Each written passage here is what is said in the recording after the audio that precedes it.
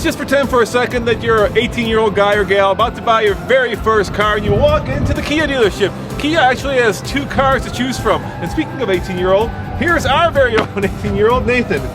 Yes, and here's the thing.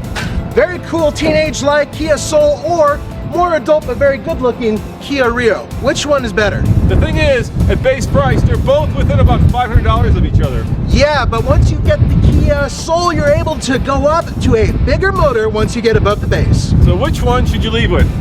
Mine. Or mine? We'll see. All right, let's peel open this sardine can of a car and see if our juvenile delinquent, well, you know who fits. You fit, Nathan! Yeah, you know, it is kind of sardine-ish, but it's not too bad. And if you fold these seats down, you have 3.4 cubic feet of space, and that's as good as a small SUV. Not bad. Hey Nathan, you're sitting in the wrong seat. I know, but hey, look at it this way. 3 adults with tiny tushes can fit back here. With me, not so much. Interesting thing about this car, it competes directly against the Scion XB. But you get a little bit more with this car than you do with the Scion, especially when you work your way up and you get the bigger engine. 2-liter engine in this one. This is the optional engine, and it produces 164 horsepower, which is pretty damn good. Here's the thing. If you get the base model, you get the same engine that you get in the Rio, and that is 138 horsepower. For a vehicle like this, I would highly recommend the 2-liter.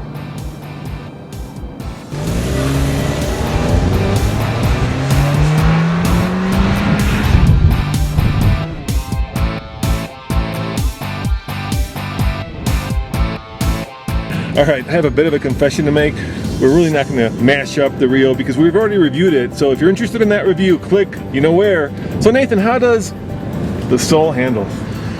It's not bad, but you need to get the package a little higher up than the base model because you want the wider rims and wheels. So once you get that, corners flat, the steering does not speak to you. And it's the one thing I have against everything Hyundai and Kia make. Their power steering feels so overboosted that you have absolutely no idea what the front wheels are doing. And that's my biggest gripe about this car. You guys probably can't tell, but it is crazy windy out. I mean, like 100-mile-an-hour gusts, which means that we may end up on our side or on 2 wheels because this is a big box. But Nathan, before that happens, what is the fuel economy of the Soul? Combined, 29 miles per gallon. But here's the interesting part. The smaller engine, it gets 1 mile per gallon better. That's it, just one.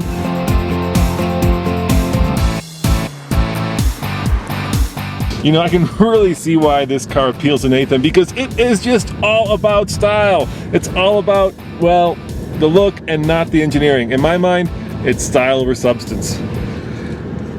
You know what, Roman might be right. Here's the thing about this. If you look at the front display area, including the dashboard, it looks like a giant game controller, and that's not done by accident. They wanted to make sure that anybody who had an Xbox or a Wii could look at this and go, dude, that's what I need to drive. Now, last time I checked, Xbox controller was right around, well, not $20,000, dude, which is what this car costs. That's crazy! Whoa. First of all, this is fully loaded. This is the Soul exclamation point, which, quite frankly, is stupid. I mean, come on, just name it something else. The Soul 3, the Soul 4, something. For a fully loaded car, it's not so bad. It has great stereo system that'll blow your ears off. The speakers change color. All right, who cares if the speakers go from red, white, and purple? What I care about is the transmission. In this price range, Nathan, you can get a dual clutch transmission. What does this thing come with? Well, it doesn't have that, but what it does have is a 6-speed automatic or a 6-speed manual. The automatic's not too bad, and the manual, it's a little ropey, but once again, not too bad. The cool thing is you get the same MPG regardless of which transmission you use, and Kia is now making their own transmissions in-house. If I'm being honest and I had to choose between these 2 cars, I would choose the Ford Fiesta. As far as the Soul, well, that's for hamsters and juvenile delinquents. Hey, I gotta be honest with you, this Kia Soul, good car. It's more utilitarian than you might think. It's got a lot of room for a small car, gets decent mileage, and it's pretty cheap, and I enjoy it because I'm a punk ass.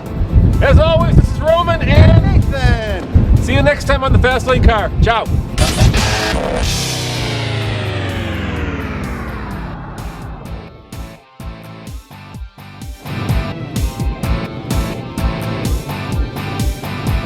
Like we were saying, it's really, really windy today.